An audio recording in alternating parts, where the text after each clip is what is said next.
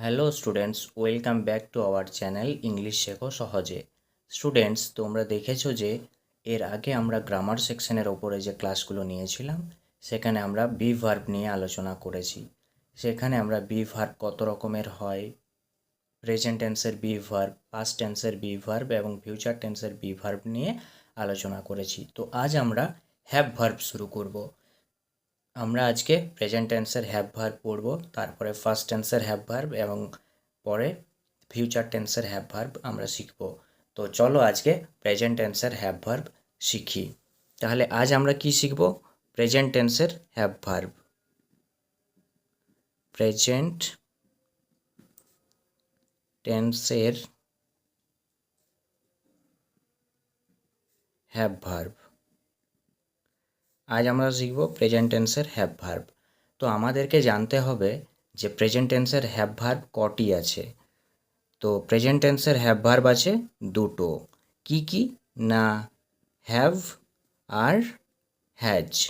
এই দুটো হচ্ছে প্রেজেন্ট টেন্সের হ্যাভ ভার্ব। এদের বাংলা মানে কি?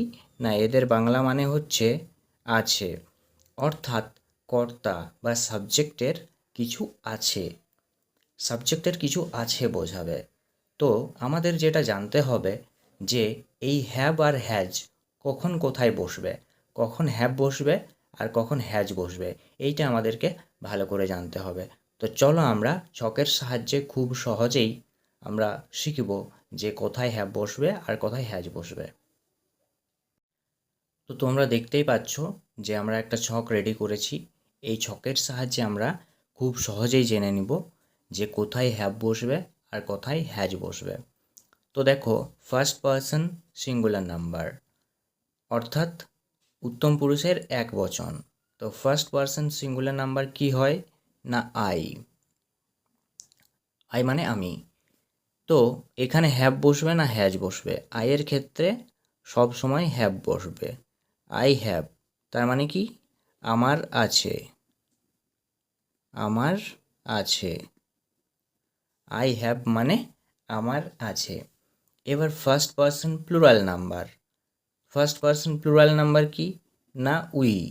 উইর ক্ষেত্রেও সর্বদাই হ্যাভ বসবে।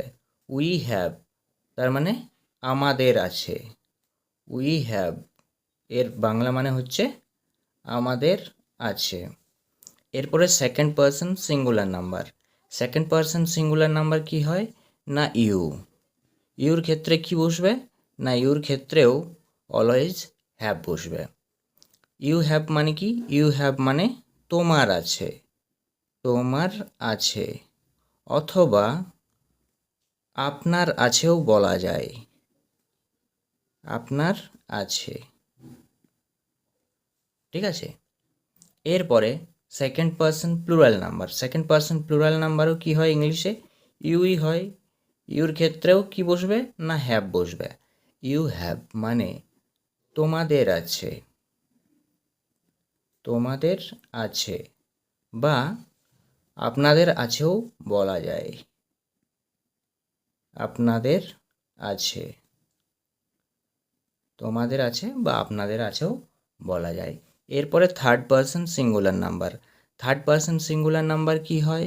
না হি, সি, রাম, সাম, যে কোনো নাম সেটা থার্ড পারসন সিঙ্গুলার নাম্বার হয়। তাহলে হি, এর ক্ষেত্রে কি বসবে?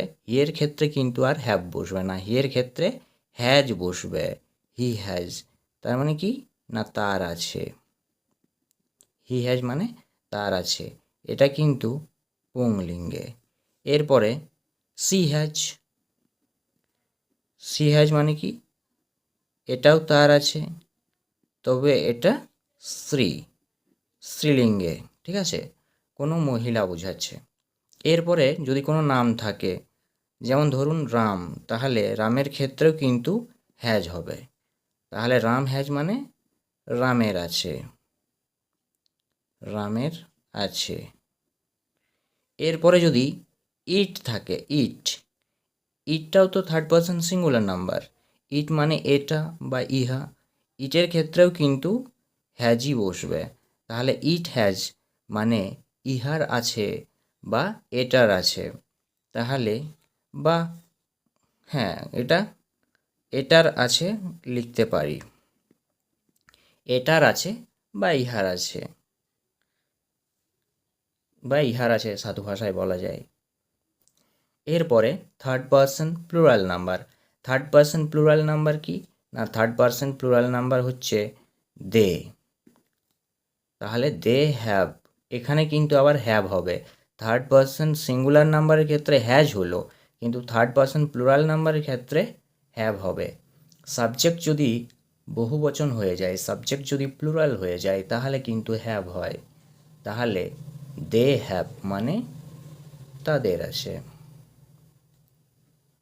তাদের আছে। ঠিক আছে। যদি থার্ড পারসন প্লুরাল নাম্বার, যেমন যদি তিনজন থাকে, তিনজনের নাম বোঝায়, তাহলেও কিন্তু হ্যাভ হবে। ঠিক আছে। তো এই হচ্ছে আমাদের প্রেজেন্ট টেন্সের হ্যাভ ভার্ব। আশা করি বুঝতে পেরেছো যে কখন হ্যাভ বসবে আর কখন হ্যাজ বসবে। তো এরপর আমরা কিছু এক্সাম্পল দেখব। এরপরে আমরা দেখব কিছু এক্সাম্পল। যেমন আমরা বলতে পারি যে আমার একটি কলম আছে,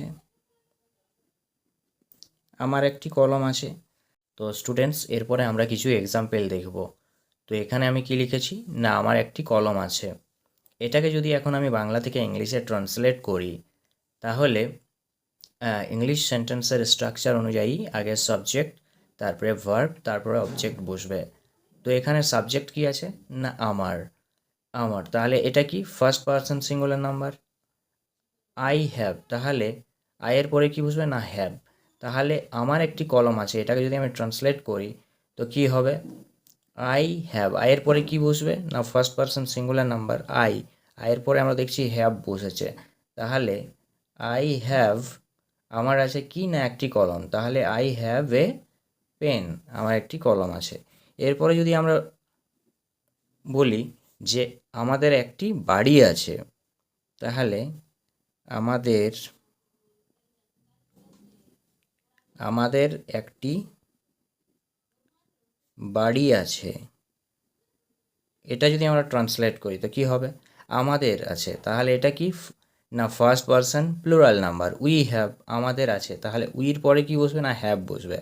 তাহলে উই হ্যাভ, আমাদের আছে কি না একটি বাড়ি, তাহলে a house, we have a house, আমাদের একটি বাড়ি আছে। এরপরে আমরা যদি বলি যে তোমার একটি গাড়ি আছে, তাহলে তোমার একটি গাড়ি আছে, তাহলে কি হবে, তোমার আছে, তাহলে কি না you have, second person singular number you have, তোমার আছে, তাহলে কি হবে না ইউ হ্যাভ, তোমার আছে কি না একটি গাড়ি, তাহলে ইউ হ্যাভ এ কার, তোমার একটি গাড়ি আছে। এরপরে যদি আমরা বলি যে তার অনেকগুলো বই আছে, তাহলে কি হবে, তার অনেকগুলি বই আছে, তাহলে কি করব, দেখো তার, এটা কিন্তু থার্ড পারসন সিঙ্গুলার নাম্বার, তার আছে, তাহলে হি হ্যাজ, এখানে কিন্তু হি এর পরে কি বসবে না, এখানে হি এর পরে হ্যাজ বসবে, তাহলে হি হ্যাজ, তার আছে কি না অনেকগুলি বই, তাহলে হি হ্যাজ মেনি বুকস। এরপরে আমরা যদি বলি যে রিজুর একটি ফুটবল আছে, রিজুর একটি